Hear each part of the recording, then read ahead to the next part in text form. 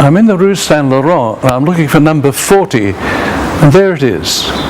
And this is the house to which the brothers came in 1708 at the invitation of Yves de Salion, the seminary friend of John Baptist de La Salle from Saint-Sulpice.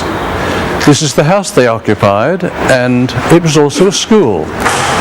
Let's go inside and have a look at the old staircase.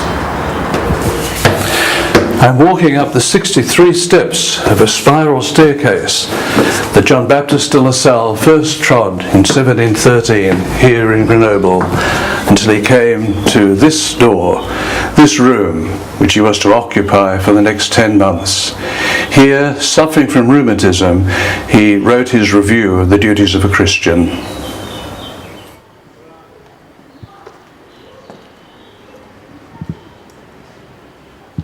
Well, I can assure you that coming down that spiral staircase was very, very difficult indeed.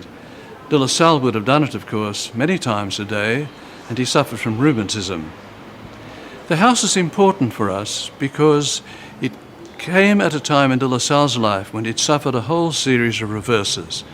He'd lost the case brought against him by Abbé Clément in Paris, and indeed it was because of this judgment that he fled to the south.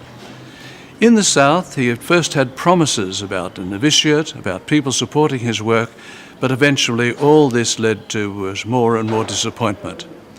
He came then to Grenoble for the first time. The community had been here since 1708 at the invitation of Yves de Salion, his seminary friend from Saint-Sulpice. Here it was, as we said, that he did his revision of the duties of a Christian. Perhaps more importantly was the sending of one of the brothers to Paris to see what was happening. There was talk of the society being taken over by other groups who were interested. We know that during those 2 to 3 weeks of the absence of the brother, de La Salle himself taught class.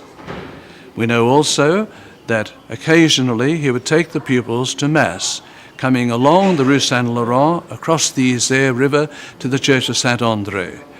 Blain, his biographer, notes that this was such an occasion that people would hurry along to actually watch him celebrate Mass with the pupils. So this period in Grenoble was also a period when he was to say Mass quite regularly at the Convent of the Visitation, something we're going to look at shortly.